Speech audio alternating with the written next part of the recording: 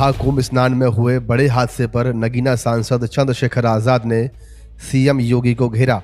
चंद्रशेखर ने इस हादसे पर क्या कुछ कहा, उससे पहले आपको बता दें कि जहां एक तरफ तमाम मीडिया चैनल इस कुंभ में हुई भगदड़ में लगभग 17 लोगों की अब तक मौत की पुष्टि करते हुए बड़ी तादाद में श्रद्धालुओं के गंभीर रूप से घायल होने की खबर बता रहा है, वहीं उत्तर प्रदेश के मुख्यमंत्री योगी आदित्यनाथ ने अपने बयान में किसी भी श्रद्धालु की मृत्यु की खबर की पुष्टि नहीं की है। कुछ श्रद्धालु गंभीर रूप से घायल हुए हैं, उन्हें तत्काल हॉस्पिटल में पहुंचा करके उपचार आदि की व्यवस्था उनके लिए की गई है। उनमें से कुछ श्रद्धालु गंभीर रूप से घायल हैं।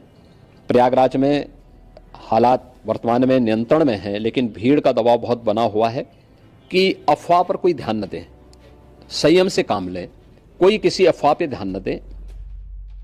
योगी आदित्यनाथ ने अपने करीब 9 मिनट के इस बयान में किसी भी श्रद्धालु की मौत की खबर की कोई पुष्टि नहीं की है।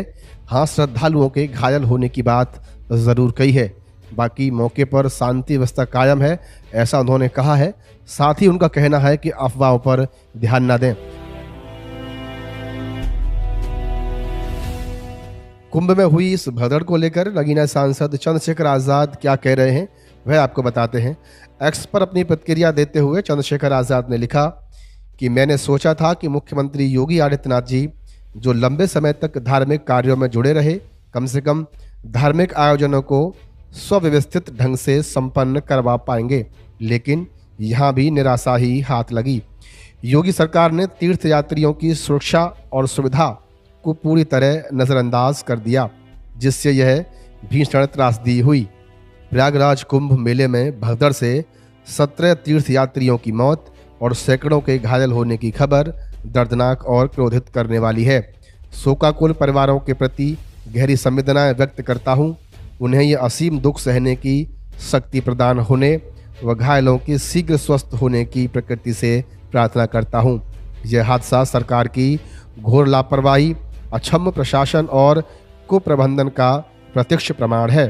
सरकार का ध्यान तीर्थयात्रियों की सुविधा व सुरक्षा पर कम और प्रचार व दिखावे पर अधिक था, जिसका खामियाजा निर्दोष लोगों को अपनी जान देकर चुकाना पड़ा।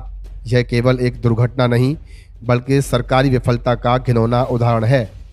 इतने बड़े धार्मिक आयोजन में इस स्तर की अव्यवस्था और अराजकता साबित करती है कि सरकार की प्राथमिकता केवल इवेंट मैनेजमेंट और फोटोशूट तक सीमित रह गई। इतना ही नहीं, यहाँ अस्पतालों की बदहाली भी कम शर्मनाक नहीं है। न बेड, न कोई सुविधा, संसाधनों की भारी कमी और घायलों को उचित इलाज की दिक्कत यह साबित करती है कि सरकार की प्राथमिकता कभी भी लोगों की भलाई नहीं रही। आज भी घायल यात्रियों को न तो समय पर चिकित्सा मिल रही है, न ही समुचित इलाज। इस सरकारी नाकामी ने यात्रियों के जीवन को संकट में डाल दिया है। मैं योगी सरकार से तत्काल निम्नलिखित कदम उठाने की मांग करता हूं। घायलों के लिए सर्वोच्च चिकित्सा उपलब्ध कराई जाए और सभी का निःशुल्क इलाज हो। मृतकों के परिजनों को 1-1 करोड़ रुपए का मुआवजा दिया जाए। घटना के जिम्मेदार अधिकारियों और प्रशासनिक तंत्र पर कड़ी कार्रवाई की जाए। भविष्य में ऐसे आयोजनों में आपदा प्रबंधन और सुरक्षा के कड़े उपाय सुनिश्चित किए जाएं। अंत में चंद्रशेखर लिखते हैं कि इस त्रासदी ने योगी सरकार के खोखले वादों की पोल खोल दी है।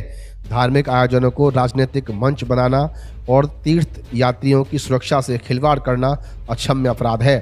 अगर सरकार अपनी जिम्मेदारी निभाने में असमर्थ है तो उसे सत्ता में बने रहने का कोई नैतिक अधिकार नहीं है। तो इस तरीके से चंद्रशेखर आजाद ने इस घटना पर योगी आदित्यनाथ की सरकार को घेरा है। वहीं योगी आदित्यनाथ अब तक किसी भी श्रद्धालु की मौत की खबर की पुष्टि नहीं कर रहे हैं, वह लगातार इसे महज अफवाह बता रहे हैं।